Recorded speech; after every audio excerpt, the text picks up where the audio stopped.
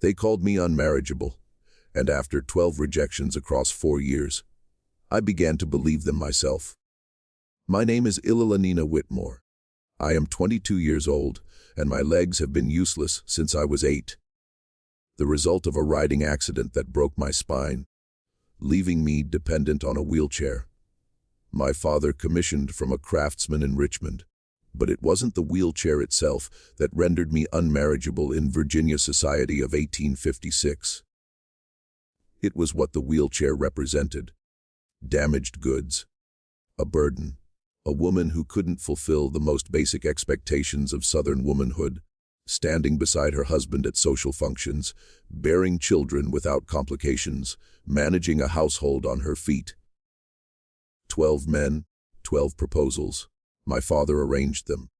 12 rejections that grew progressively more brutal, as my reputation, as the crippled Whitmore, girls spread through Virginia's planter class. Yet this story isn't about my disability.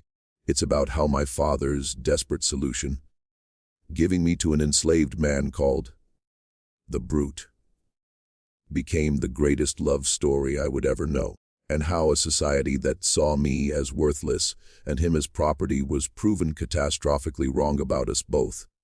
Let me take you back to March of 1856, to the moment my father made a decision that would change 3 lives forever.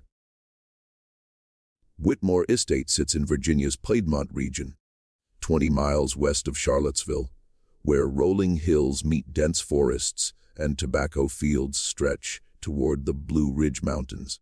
5,000 acres of prime farmland, 200 enslaved people, and a house my grandfather built in 1790. 2 stories of red brick with white columns, crystal chandeliers imported from France, and enough rooms that I could go days without seeing my father if we both tried. I was born here in 1834, the only child of Colonel Richard Whitmore and his wife Catherine. My mother died 3 days after my birth from childbed fever, leaving my father with an infant daughter and no interest in remarrying. He raised me with a combination of distant affection and practical determination. I was educated beyond what most Southern girls received, taught to read Greek and Latin, to calculate figures, to discuss philosophy and politics. He'd intended to marry me well, to use my education as an asset that would attract a wealthy, intelligent husband. Then came the riding accident. I was 8 years old, riding a horse too spirited for my skill level because I'd begged and my father had indulged me. The horse spooked at a snake, reared, and I fell. I landed on my back across a fallen log, and I heard something crack. Not the log, my spine. The doctors came from Richmond and Philadelphia. They examined, conferred, and delivered their verdict. The damage was permanent. My legs would never work properly again. I might regain some sensation, some limited movement, but I would never walk normally, never run, never dance. A wheelchair would be needed for the rest of my life.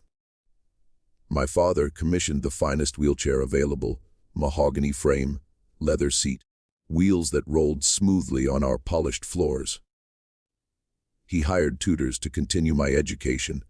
Since I couldn't attend social functions easily, he adapted our home: ramps where there were steps, wider doorways, a bedroom on the ground floor. But he couldn't adapt Virginia society. By age 14, when other girls my age were being courted at parties and picnics, I was home with my books. By 16, when my peers were getting engaged, I was watching through windows as life happened without me. By 18, my father began his campaign to find me a husband. He was 51, in good health, but increasingly anxious about what would happen to me after his death. "You need protection," he told me. "You need someone to care for you, to manage the estate, to ensure you're secure." "I can manage the estate," I said. "You've taught me enough about business and farming." "Elelina." His voice was gentle but firm. "You know that's not how society works. A woman alone, especially." He gestured at my wheelchair. "You need a husband. The first proposal came from Thomas Aldrich, age 35, a tobacco planter from Lynchburg. My father invited him for dinner, presented me in the parlor, and I watched Thomas's eyes travel from my face to the wheelchair and then to the floor. "Miss Whitmore is educated," my father said. "She reads Greek, speaks French, manages household accounts with exceptional skill." "Colonel Whitmore," Thomas interrupted. "Might I speak with you privately?" They left me in the parlor. I knew what was happening. I could hear the low voices from the study. I could imagine Thomas saying what every subsequent suitor would say in variations. My father returned alone. "Mr. Aldrich has declined. He feels the situation isn't suitable. Because I can't walk." "Father, you can say it. Because I'm crippled. Because I'm damaged. Because I'm useless." "You are not useless." But his eyes said he understood the world disagreed. The second proposal came 3 months later. James Morrison, age 40, a widower with 3 children. The conversation in my father's study lasted longer this time. I heard raised voices, heard my father arguing, but the result was the same. Morrison emerged and looked at me with something like pity. "Miss Whitmore, you seem a lovely young woman, but my children need a mother who can manage them physically. I'm sorry." The third, fourth, and fifth proposals came throughout 1853 and 1854. Each rejection had its own flavor of cruelty. "I need a wife who can stand beside me at social functions, not sit while others stand." The wedding would be embarrassing. How would she process down the aisle? "I've heard she can't have children. What's the point of marriage?" That last rumor was particularly insidious. Some doctor had speculated, without examining me, that my spinal injury might affect my ability to bear children. The rumor spread like wildfire through Virginia society. And suddenly, I wasn't just disabled. I was also infertile. I tried to correct it. The doctors in Philadelphia said my reproductive system is fine, that the injury doesn't affect. But reputations don't care about facts. Once labeled unable to bear children, I might as well have been labeled a plague carrier. By 1855, my father's attempts had become desperate. He approached men from other states, North Carolina, Maryland, Kentucky.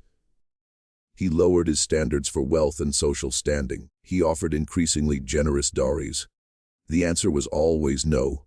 Rejection 9 came in January 1856 from a man named William Foster, whom my father had met through business connections. Foster was 50 years old, portly, twice widowed, with a reputation for drinking. My father was offering him $5,000 and a third of our estate's annual profits. Foster toured our property, met with my father's lawyer, examined the financial arrangements. Then he met me. "Can you sue?" he asked. "No, sir. My hands have limited dexterity." "Can you cook?" "I've never learned. We have kitchen staff." "Can you manage servants?" "I can direct household operations from my chair." He turned to my father. "Colonel, your daughter is charming, but I need a wife who can perform wifely duties. This situation is untenable." After Foster left, I found my father in his study, staring at the wall, a glass of bourbon in his hand. "Father, you can stop. I don't need 12 proposals. Alelanina." His voice was flat, defeated. "I've arranged 12 proposals in 4 years. Every single man has declined. Some politely, some brutally, but all with the same message. You're not worth marrying." The words hit like physical blows. "Then I won't marry. I'll stay here. I'll help you manage. I'm 55 years old. I could die tomorrow or live 20 more years. But either way, I'll die eventually. And when I do, what happens to you?" He finally looked at me. "Our male relatives will inherit this estate. Do you think your cousin Robert will let you stay? He'll sell this place and give you some pittance to live on in a boarding house somewhere, dependent on his charity. Then leave me the estate in your will. I can manage it. I can't. Virginia law doesn't allow it. Women can't inherit property independently, especially not unmarried women, and especially not. He gestured at my wheelchair, unable or unwilling to finish the sentence. I felt tears burning, but refused to cry. Then what do you suggest? He took a long drink. I don't know, but I have to figure something out, because I will not leave you unprotected. That was in February 1856. 4 weeks later, my father called me to his study and told me about his solution. A solution so radical, so shocking, so completely outside social norms that I was certain I'd misheard him. "I'm giving you to Josiah," he said. "He'll be your husband." I stared at him. Josiah, the blacksmith, the enslaved blacksmith. "Yes, father, you cannot be serious." "I'm completely serious." He stood and paced, the way he did when making difficult decisions. "Alelina, no white man will marry you. That's the reality we face. But you need protection. You need someone strong enough to carry you, capable enough to manage physical tasks you can't do, loyal enough to care for you when I'm gone. And you think an enslaved man. Josiah is the strongest man on this estate. He's intelligent, healthy, and by all accounts, gentle despite his size. He'll protect you. He'll provide for you. And he won't abandon you because he's bound to you by law." The logic was horrifying. "Father, this is not. I know it's unconventional. I know society will condemn it. But society has already condemned you, Alelina. 12 men looked at you and decided you weren't worth marrying. So I'm done caring what society thinks. I'm arranging protection for my daughter using the resources available to me. You're treating me like property, giving me to a slave as if I'm furniture. I'm ensuring you survive." His voice rose, then fell. "Alelina, I've spent 4 years trying to find you a husband through proper channels. It's failed. So now I'm trying something else. If it makes you feel better, I'll tell you this. I've observed Josiah for years. He's never been violent. He's never been cruel. He reads, yes. I know he's not supposed to. But I've seen him. He's smart and capable, and everything you need in a protector. I tried to process this. My father wanted me to marry, or whatever passed for marriage when one party was enslaved. A man I'd barely spoken to, a man society called property, a man known as the brute, because of his immense size. Have you asked Josiah? Not yet. I wanted to tell you first. And if I refuse? My father's face was ancient, exhausted. Then I'll keep trying to find a white husband. And we'll both know I'm going to fail, and you'll spend your life in boarding houses after I die, dependent on relatives who don't want you. It was the bleakest possible presentation of my future. And as much as I wanted to rage against it, to insist there had to be another way, I couldn't argue with his logic. No white man wanted me. Society had declared me unmarriageable. My options were accept my father's radical solution or face a future of dependency and vulnerability. Can I meet him first? Actually talk to him? Of course. I'll arrange it tomorrow. That night I lay in my bed and tried to imagine my future. I'd heard about Josiah. Everyone on the estate knew about the brute. He was enormous, over 7 feet tall, with shoulders like a bull and hands that could bend iron. He worked in the blacksmith shop, making horseshoes and tools and equipment. People were afraid of him. Enslaved people gave him space. White visitors commented on his size with a mixture of fascination and fear.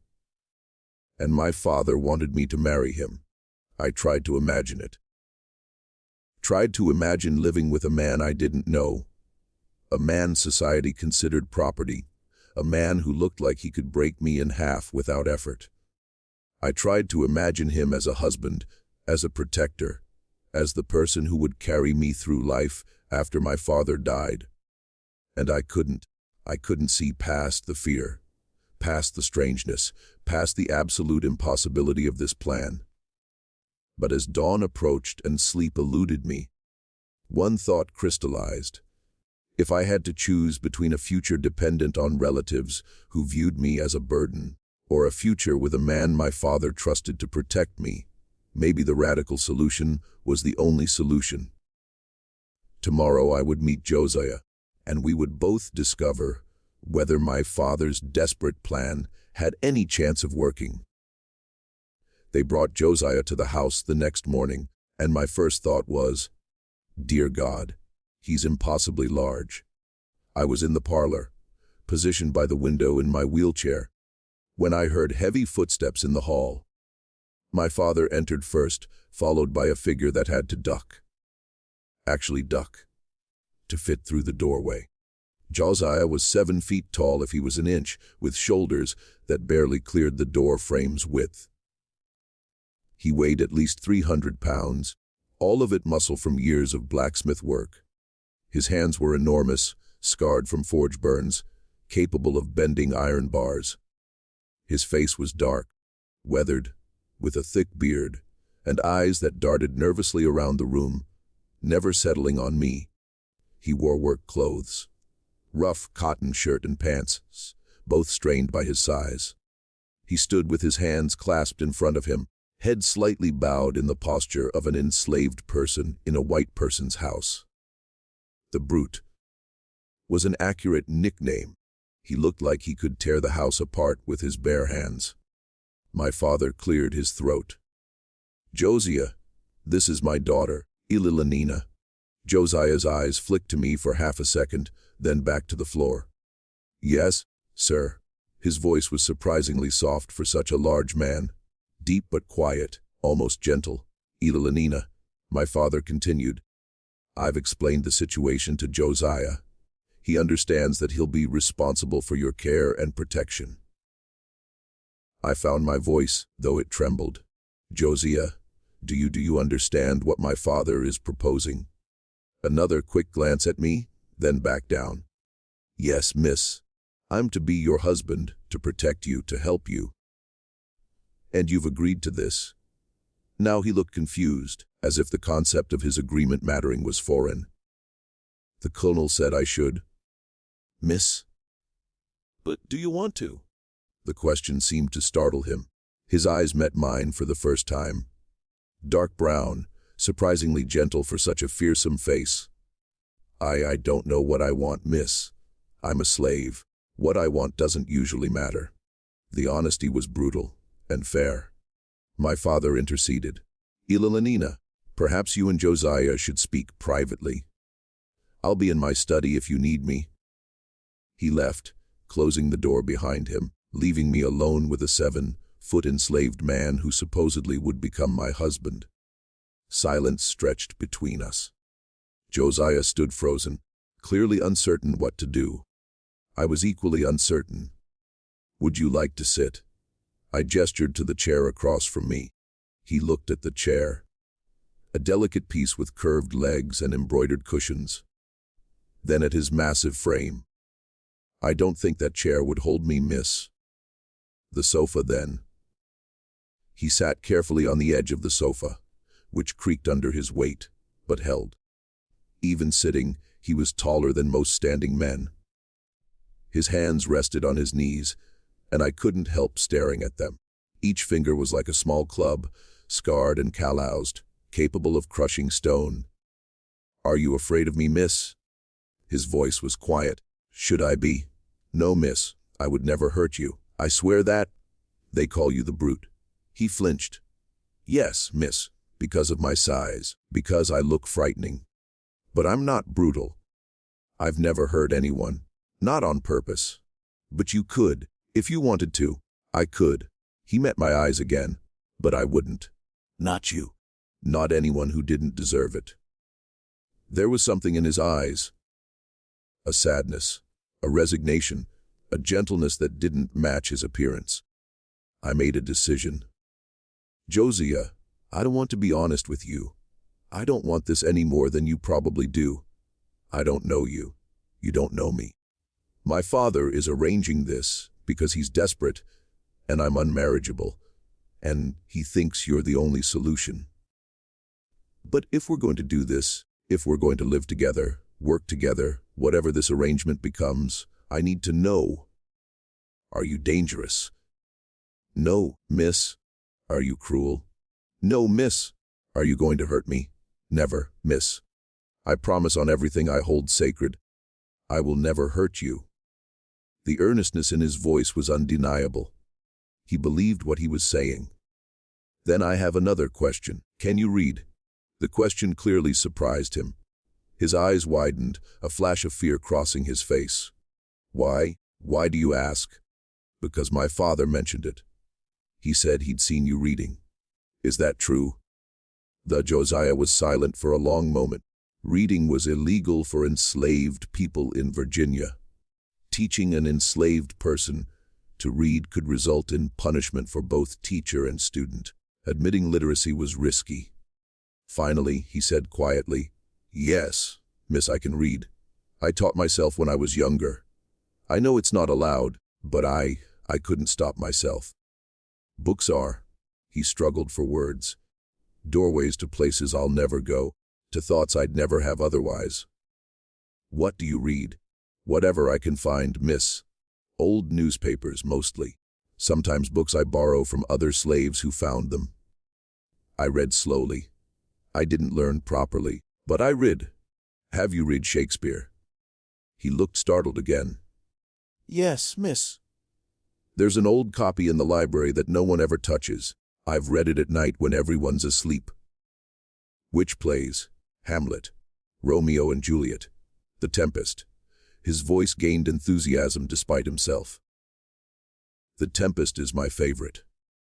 The idea of Prospero controlling the island with magic, of Ariel wanting freedom, of Caliban being treated as a monster, but maybe being more human than anyone. He stopped abruptly, as if remembering where he was. Sorry, miss, I'm talking too much. No. I was smiling, genuinely smiling for the first time in this bizarre conversation. Keep talking. Tell me about Caliban. And something extraordinary happened. Josiah, the massive enslaved man called the Brute, began discussing Shakespeare with intelligence and insight that would have impressed university professors. Caliban is called a monster, but Shakespeare shows us he's been enslaved. His island stolen, his mother's magic dismissed as witchcraft. Prospero calls him savage. But Prospero is the one who came to the island and claimed ownership of everything, including Caliban himself. So who's really the monster? I was fascinated. You see Caliban as sympathetic. I see Caliban as human, treated as less than human, but human nonetheless. Like, he trailed off. Like enslaved people. I finished. Yes, miss. We talked for 2 hours about Shakespeare, about books, about philosophy and ideas. Josiah was largely self-educated, his knowledge patchy and informal, but his mind was sharp, and his hunger for knowledge obvious. And as we talked, my fear began to dissolve. This man wasn't a brute. He was intelligent, gentle, thoughtful, trapped in a body that society looked at and saw only a monster. Finally, as the conversation wound down, I said, Josiah, if we do this, if we become whatever my father wants us to become, I want you to know something. I don't think you're a brute. I don't think you're a monster. I think you're a person who's been forced into an impossible situation, just like me. His eyes were suddenly wet. Thank you, miss. Call me Ella when we're alone. Call me Ella. I shouldn't, miss. That wouldn't be proper. Nothing about this situation is proper. If we're going to be husband and wife, or whatever this arrangement is, you should use my name. He nodded slowly. Ella. My name in his deep, gentle voice sounded like music. Then you should know something. 2, he said. I don't think you're unmarriageable. I think the men who rejected you were fools. Any man who can't see past a wheelchair to the person inside doesn't deserve you. It was the kindest thing anyone had said to me in 4 years. "Will you do this, Josiah? Will you agree to my father's plan?" "Yes." No hesitation. "I'll protect you. I'll care for you. And I'll try. I'll try to be worthy of you. And I'll try to make this bearable for both of us." We sealed the agreement with a handshake, his enormous hand swallowing mine, warm and surprisingly gentle. My father's radical solution suddenly seemed less impossible. "Shim. If you're moved by Ilalanina and Josiah's story and want to see where this unprecedented relationship leads, leave a comment telling us where you're watching from and hit that subscribe button so you don't miss the rest of this incredible journey of two people society discarded finding unexpected love. Now, let's continue. The arrangement began formally on April 1st, 1856. My father held a small ceremony, not a wedding in the legal sense, since enslaved people couldn't legally marry, and certainly not a wedding that white society would recognize between a white woman and a black man. But he gathered the household staff, read some Bible verses, and announced that Josiah was now responsible for Ilalanina's care and protection. He speaks with my authority regarding Ilalanina's welfare. My father told the assembled enslaved people and white overseers, "Treat him with the respect that position deserves." A room was prepared for Josiah, adjacent to mine, connected by a door but separate, maintaining some pretense of propriety. He moved his few belongings from the slave quarters, some clothes, a few books he'd secretly accumulated, tools from the forge. The first weeks were awkward. We were strangers trying to navigate an impossible situation. I was used to being cared for by female servants. He was used to heavy labor in the forge. Now he was responsible for intimate tasks, helping me dress, carrying me when the wheelchair wouldn't suffice, assisting with personal needs. I'd never imagined discussing with a man, but Josiah approached everything with extraordinary gentleness and respect. When he needed to carry me, he would ask permission first. When helping me dress, he would avert his eyes whenever possible. When I needed assistance with private matters, he would maintain my dignity even when the situation was inherently undignified. "I know this is uncomfortable," I told him after a particularly awkward morning. "I know you didn't choose this. Neither did you." He was reorganizing my bookshelf. I'd mentioned wanting it in alphabetical order, and he'd taken it upon himself as a project. "But we're making it work, aren't we?" He looked at me, his enormous frame somehow non-threatening as he knelt beside the bookshelf. "Ilalanina, I've been enslaved my whole life. I've done back-breaking labor in heat that would kill most men. I've been whipped for mistakes, sold away from family, treated like an ox with a voice. This," he gestured around the comfortable room, "living here, caring for someone who treats me like a human being, having access to books and conversation. This is not hardship." "But you're still enslaved." "Yes, but I'd rather be enslaved here with you than free but alone somewhere else." He returned to the books. "Is that wrong to say?" "I don't think so. I think it's honest." By the end of April, we'd settled into a routine. Mornings, Josiah would help me with morning preparations, then carry me to the breakfast room. After breakfast, he'd return to the forge. My father still needed his blacksmith, while I worked on household accounts and correspondence in the library. Afternoons, Josiah would return and we'd spend time together. Sometimes I'd watch him work in the forge, fascinated by the way he transformed iron into useful objects. Sometimes he'd read to me. His reading had improved dramatically with access to my father's library and my tutoring. Evenings we'd talk about everything. About his childhood on a different plantation, about his mother who'd been sold away when he was 10, about his dreams of freedom, that seemed impossibly distant. And I'd talk about my mother who died when I was born, about the accident that paralyzed me, about feeling trapped in a body that didn't work in a society that didn't want me. We were two discarded people finding solace in each other's company. In May, something shifted. I'd been watching Josiah work at the forge, as had become my habit.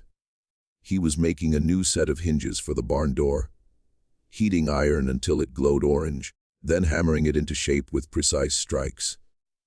"Do you think I could try?" I asked suddenly. He looked up surprised. "Try what?" "The forge work, hammering something. Helena. It's hot and dangerous. And I've never done anything physically demanding in my life, because everyone assumes I'm too fragile. But maybe with your help." He studied me for a long moment, then nodded. "Okay, let me set it up safely." He positioned my wheelchair close to the anvil, heated a small piece of iron until it was workable. He placed it on the anvil, then handed me a lighter hammer, still heavy, but manageable.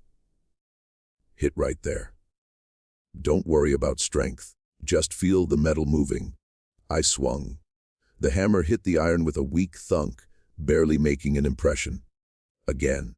Put your shoulders into it." I swung harder. A slightly better hit. The iron bent marginally. "Good. Again." I hammered again and again. My arms burned. My shoulders ached. Sweat poured down my face. But I was doing physical work, actually shaping metal with my own hands. When the iron cooled, Josiah held up the slightly bent piece. "Your first project. It's not much, but you made it." I was crying and laughing simultaneously. I made something. With my hands.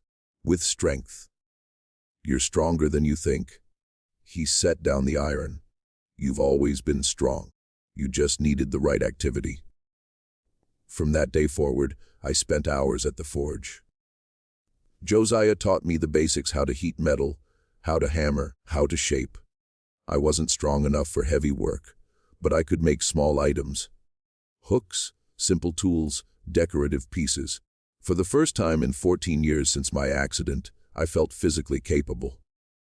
My legs didn't work, but my arms and hands did. And in the forge, that was enough. June brought a different revelation.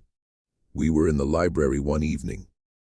Josiah was reading Keats's poetry aloud. His reading had improved to the point that he could handle more complex texts. His voice was perfect for poetry, deep and resonant, giving weight to every line. "A thing of beauty is a joy forever," he read. "Its loveliness increases.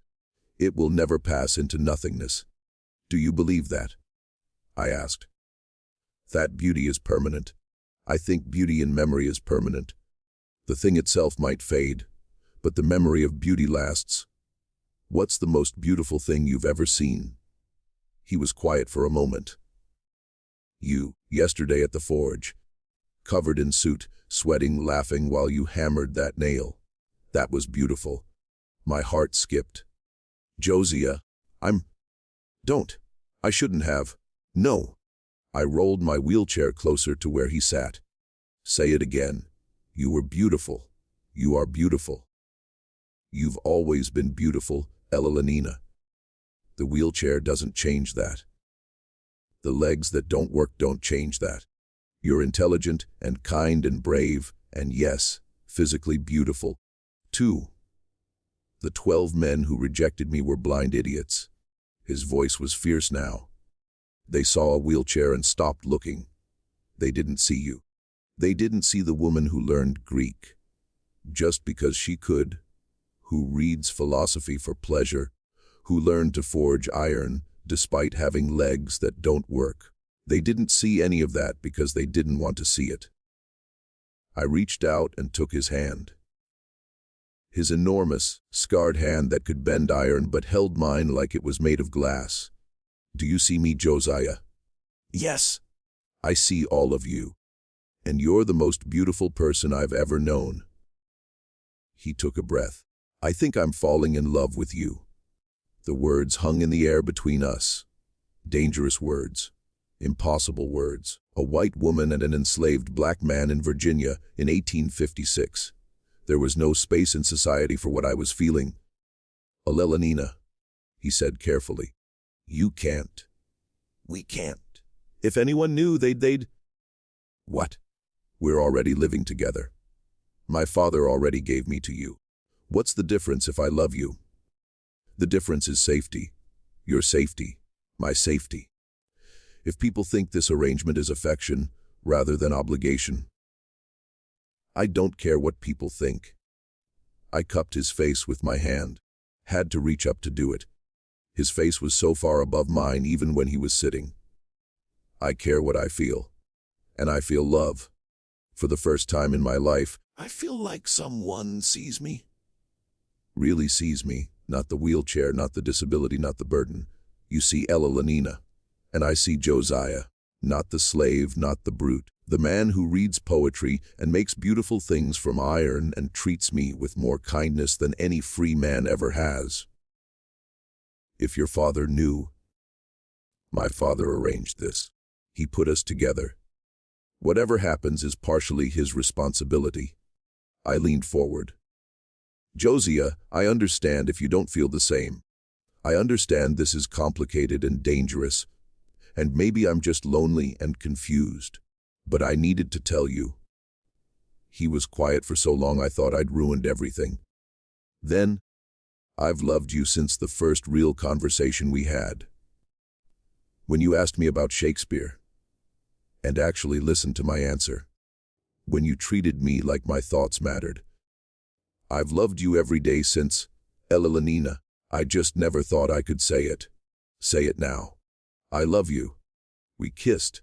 My first kiss at age 22, with a man society said shouldn't exist to me, in a library surrounded by books that would condemn what we were doing. It was perfect. For 5 months, Josiah and I lived in a bubble of stolen happiness. We were careful, never showing affection in public, maintaining the facade of dutiful ward and assigned protector. But in private, we were simply two people in love. My father either didn't notice or chose not to notice. He saw that I was happier, that Josiah was attentive, that the arrangement was working. He asked no questions about the amount of time we spent alone together, the way Josiah looked at me, the way I smiled around him. We built a life together in those 5 months. I continued learning forge work, creating increasingly complex pieces with Josiah's guidance. He continued reading, devouring books from the library, his understanding of literature and philosophy deepening daily. We talked endlessly about everything and nothing, about dreams of a world where we could be together openly, about the impossibility of those dreams, about finding joy in the present despite the uncertain future. And yes, we became intimate.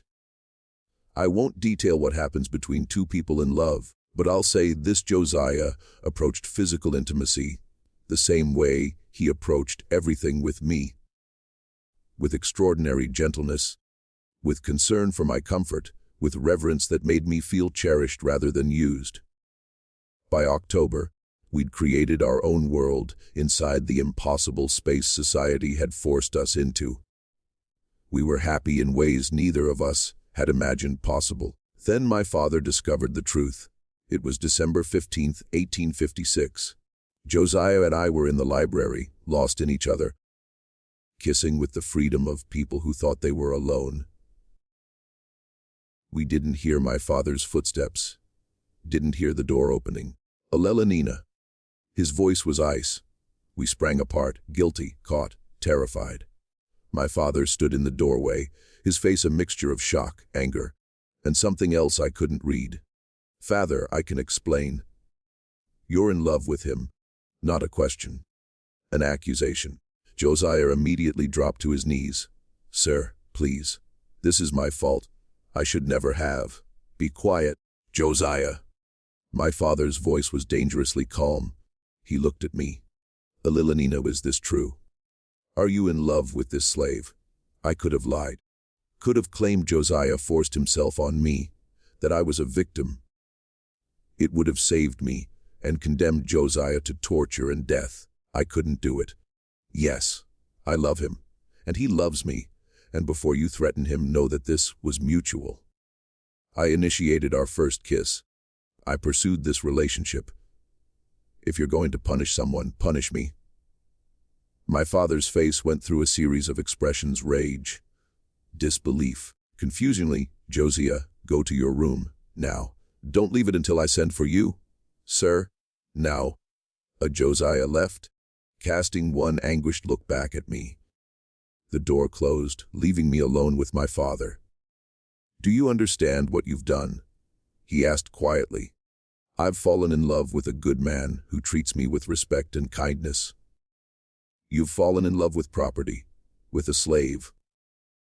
Elelanina, if this becomes known, you'll be ruined beyond redemption. They'll say you're mad, defective, perverted. They already say I'm damaged and unmarriageable.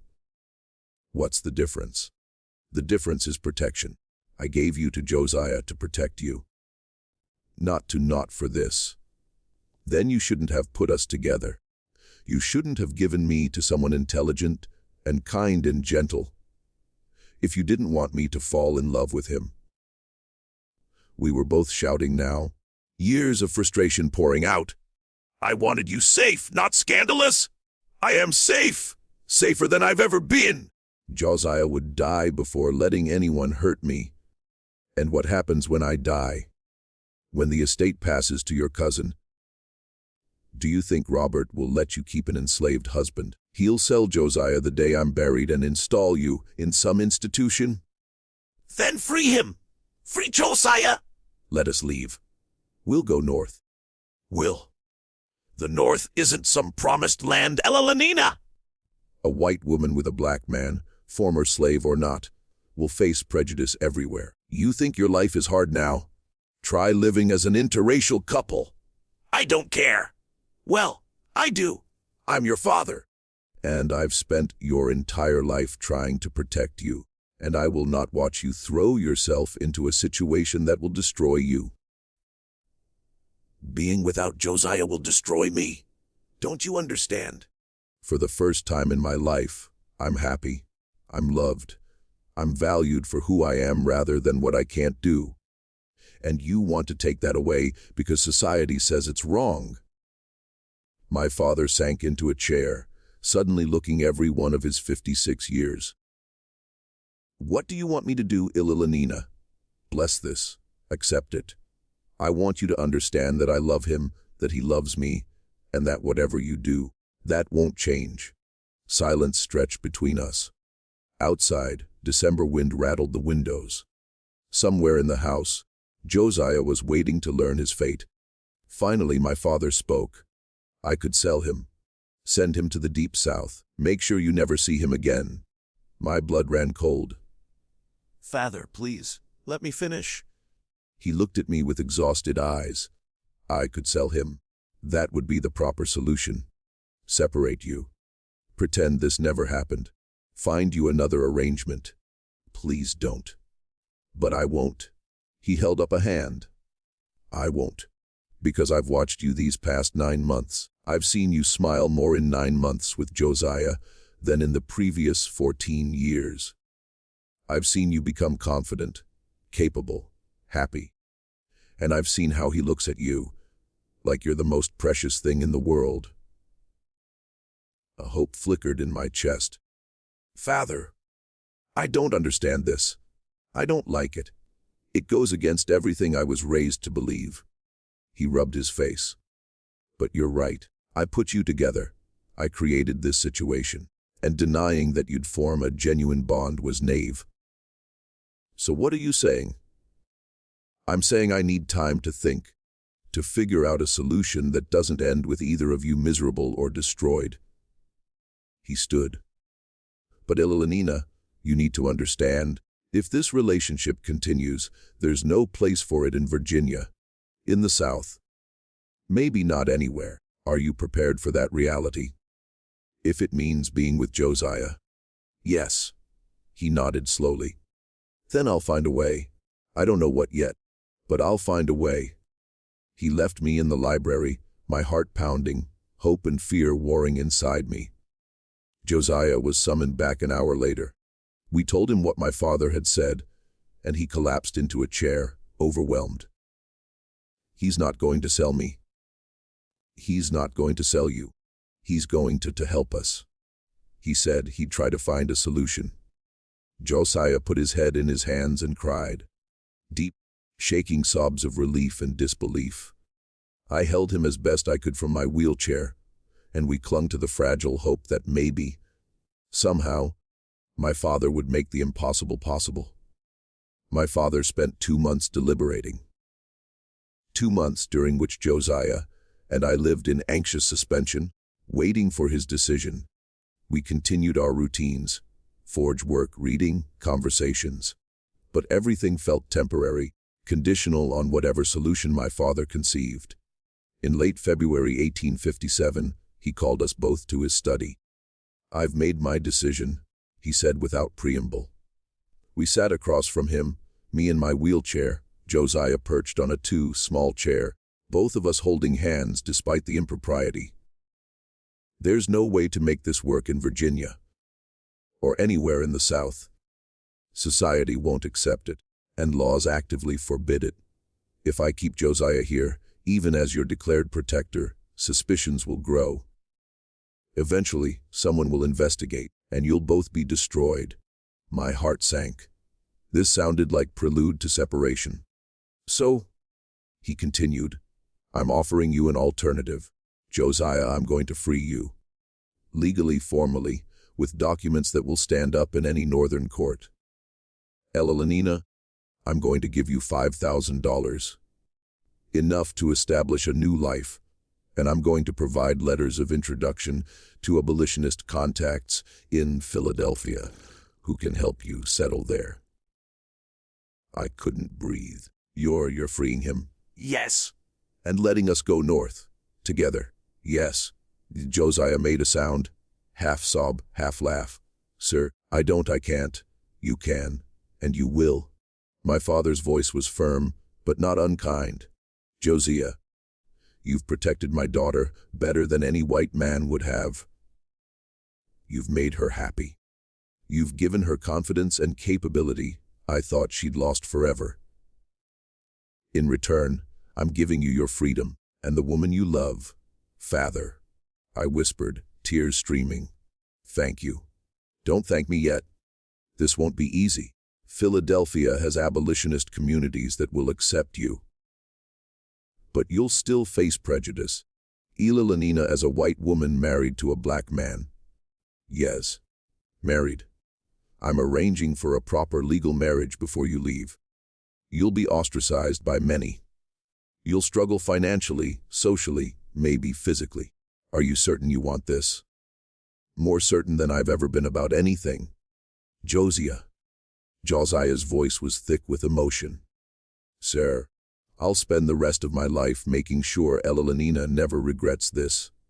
I'll protect her, provide for her, love her. I swear it. My father nodded. Then we proceed. The paperwork for your freedom will take a week. I've already contacted a minister in Richmond who will perform the marriage ceremony. He's sympathetic to abolitionist causes and won't ask too many questions. You'll leave Virginia as husband and wife, both legally free, with money and connections to start fresh. The next week was a whirlwind. My father worked with lawyers to prepare Josiah's freedom papers. Documents declaring him a free man, no longer property, able to travel without passes or permission. He arranged our marriage through the sympathetic minister, who performed the ceremony in a small church in Richmond, with only my father and 2 witnesses present. Josiah and I spoke vows in front of God and law. I became Elenina Whitmore Freeman. I kept both names, honoring my father while embracing my new life. Josiah became Josiah Freeman, a free man married to a free woman. We left Virginia on March 15, 1857, in a private carriage my father arranged. Our belongings fit in 2 trunks: clothes, books, tools from the forge, and the freedom papers Josiah carried like sacred objects. My father embraced me before we left. "Write to me," he said. "Let me know you're safe." Let me know you're happy. "I will." "Father, I know this is—" "I love you too, Elelenina. Now go, build a life. Be happy." Josiah shook my father's hand. "Sir, I, protector Josiah, with my life." "Sir." We traveled north through Virginia, Maryland, and Delaware, each mile taking us further from slavery and toward freedom. Josiah kept expecting someone to stop us, to demand his papers, to challenge our marriage. But the papers were solid, and we crossed into Pennsylvania without incident. Philadelphia in 1857 was a bustling city of 300,000 people, including a large, free black community in neighborhoods like Mother Bethel. The abolitionist contacts my father provided helped us find housing in a modest apartment in a neighborhood where interracial couples, while unusual, weren't unheard of. Josiah opened a blacksmith shop with money from my father's gift. His reputation grew quickly. He was skilled, reliable, and his immense size meant he could handle work other smiths couldn't. Within a year, Freeman's Forge was one of the busiest in the district. I managed the business side, keeping accounts, dealing with clients, arranging contracts. My education and my mind, which Virginia society had deemed worthless, became essential to our success. We had our first child in November 1858, a boy we named Thomas after my father's middle name. He was healthy and perfect, and watching Josiah hold our son for the first time, this gentle giant cradling a tiny baby with infinite care, I knew we'd made the right choice. 4 more children followed: William in 1860, Margaret in 1863, James in 1865, and Elizabeth in 1868. We raised them in freedom, taught them to be proud of both their heritages, sent them to schools that accepted black children. And my legs. In 1865, Josiah designed an orthopedic device, metal braces that attached to my legs and connected to a support around my waist. With these braces and crutches, I could stand, could walk, awkwardly but genuinely. For the first time since I was 8 years old, I walked. "You gave me so much," I told Josiah that day, standing in our home with tears streaming down my face. "You gave me love and confidence and children, and now you've literally made me walk." "You always walked, Elelenina," he said, studying me as I took shaky steps. "I just gave you different tools." My father visited twice, in 1862 and 1869. He met his grandchildren, saw our home, our business, our life. He saw that we were happy, that his radical solution had worked beyond anyone's expectations.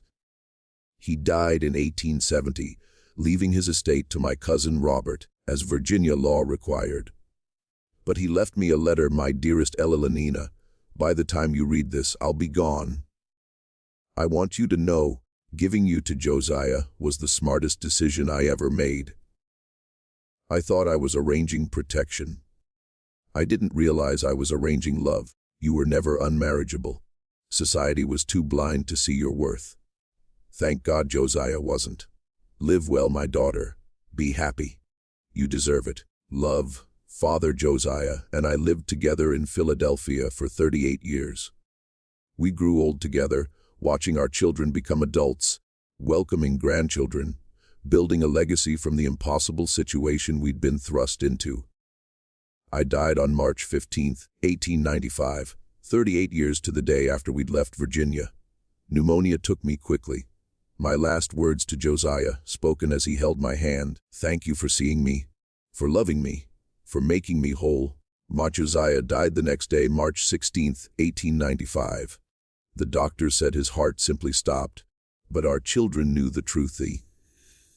He couldn't live without me the way I couldn't have lived without him. We're buried together in Eden Cemetery in Philadelphia under a shared headstone that reads, Elelenina and Josiah Freeman, married 1857, died 1895, love that defied impossibility. Our 5 children all lived successful lives. Thomas became a physician. William became a lawyer who fought for civil rights. Margaret became a teacher who educated thousands of black children. James became an engineer who designed buildings across Philadelphia. Elizabeth became a writer. In 1920, Elizabeth published a book, My Mother, The Brute, and the Love That Changed Everything. It told our story. The white woman's society called unmarriageable, the enslaved man's society called a brute, and how a desperate father's radical solution created one of the most beautiful love stories of the 19th century. This was the story of Elalina Whitmore and Josiah Freeman, whose marriage began in March 1857 in Richmond, Virginia, when Colonel Richard Whitmore freed Josiah and arranged his daughter Elalina's marriage to him before helping them relocate to Philadelphia. Historical records document Josiah's freedom papers, the marriage certificate, and the establishment of Freeman's Forge in Philadelphia in 1857. The couple had 5 children between 1858 and 1868, all documented in Philadelphia birth records. Elalina's mobility improvement through orthopedic devices is documented in personal letters preserved by the Freeman family. Both died in March 1895 within 1 day of each other and are buried in Eden Cemetery in Philadelphia. Their daughter, Elizabeth Freeman, published Against All Odds, the Elalina and Josiah Freeman story in 1920, which became a significant historical document about interracial marriage and disability in the 19th century. The Freeman family of Philadelphia maintained detailed family records, including Colonel Whitmore's letters and Josiah's freedom papers, which were donated to the Historical Society of Pennsylvania in 1965. The story has been studied as an example of both disability rights history and interracial relationship history during the slavery era. The story of Elalina and Josiah Freeman is one of the most beautiful and radical love stories from the slavery era. A tale of two people society discarded, a desperate father's unprecedented solution, and a love that proved everyone wrong about what was possible. Elalina was deemed unmarriageable because of her disability. 12 men rejected her before her father made the extraordinary decision to give her to an enslaved man. Josiah was called the Brute because of his size, but beneath that intimidating exterior was a gentle, intelligent man who read Shakespeare in secret and treated Elalina with more respect than any free man ever had. Their story challenges every assumption about disability, about race, about what makes someone worthy of love. Elalina wasn't broken because her legs didn't work. She was brilliant, capable, and strong. Josiah wasn't a brute because of his size. He was poetic, thoughtful, and extraordinarily gentle. And Colonel Whitmore's decision, shocking as it was, demonstrated a radical understanding that his daughter needed love and respect more than she needed social approval. He freed Josiah, gave them money and connections, and sent them north to build the life Virginia would never allow. They lived together for 38 years, raised 5 successful children, built a thriving business, and died within a day of each other because their love was so complete that neither could survive without the other. If Elalina and Josiah's story moves you, if you believe love should transcend social barriers, if you believe people are more than society's labels, and if you believe radical solutions sometimes create the most beautiful outcomes, subscribe now to discover more hidden histories that textbooks ignore.